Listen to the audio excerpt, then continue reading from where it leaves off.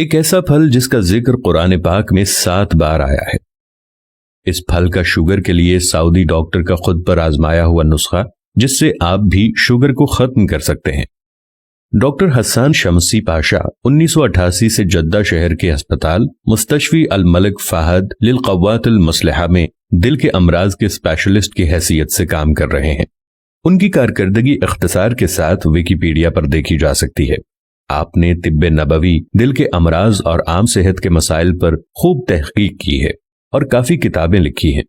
آپ کی ایک کتاب زیت الزیتون بین الطب والقرآن اپنے انداز کی ایک انوکھی کتاب ہے۔ یہ مضمون ان کے دیے ہوئے ایک درس کا خلاصہ ہے جو آپ نے ایک کانفرنس میں بتایا۔ عوام الناس کے فائدے کے لیے اس کا ترجمہ یہاں دیا گیا ہے۔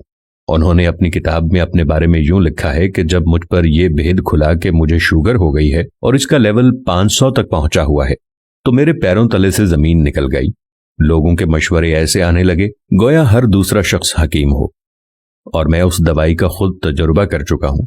بس ایسا سمجھیے کہ 1 مہینے کی سخت جد و جہد اور ورزشی اور محنت و مشقت اٹھا کر شوگر نہار منہ 200 اور ناشتے کے بعد 300 تک پہنچ سکی۔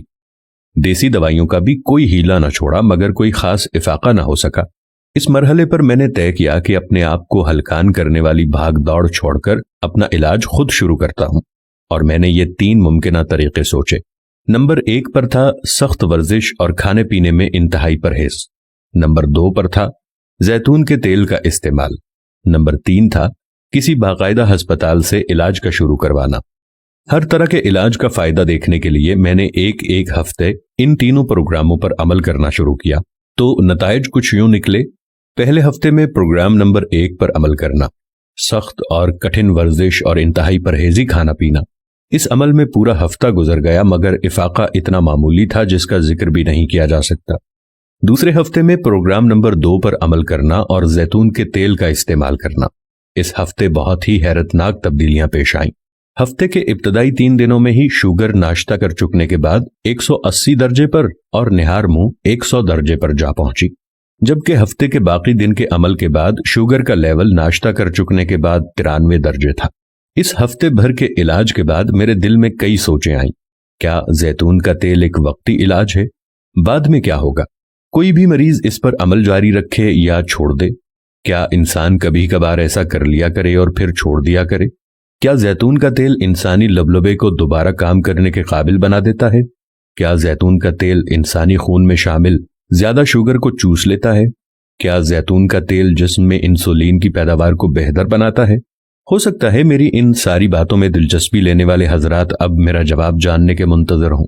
میرے پاس بھی واضح جواب موجود نہیں ہے، مگر مجھے بس اس سے غرض ہے کہ زیتون کے تیل کے استعمال سے میرے خون میں پائی جانے والی شوگر کا لیول مسلسل گھٹتا چلا گیا اور شوگر سے پیدا ہونے والے آزار جاتے رہے۔ باقی کی ساری باتیں غیر ضروری ہیں۔ زیتون کے تیل کو میں جس طرح استعمال کرتا تھا وہ یوں تھا کہ 2 یا 2 سے زیادہ چمچ زیتون کا تیل سونے سے پہلے پی لینا، اور اتنی ہی مقدار صبح نہار منہ کلی کیے بغیر پی لینا۔ اس میں سے سب سے اہم بات یہ ہے کہ میں نے رات کو پی جانے والی تیل کی خوراک بس 1 ہفتے ہی استعمال کی، تاہم صبح نہار منہ پینے والی خوراک کو میں نے اب تک برقرار رکھا ہوا ہے۔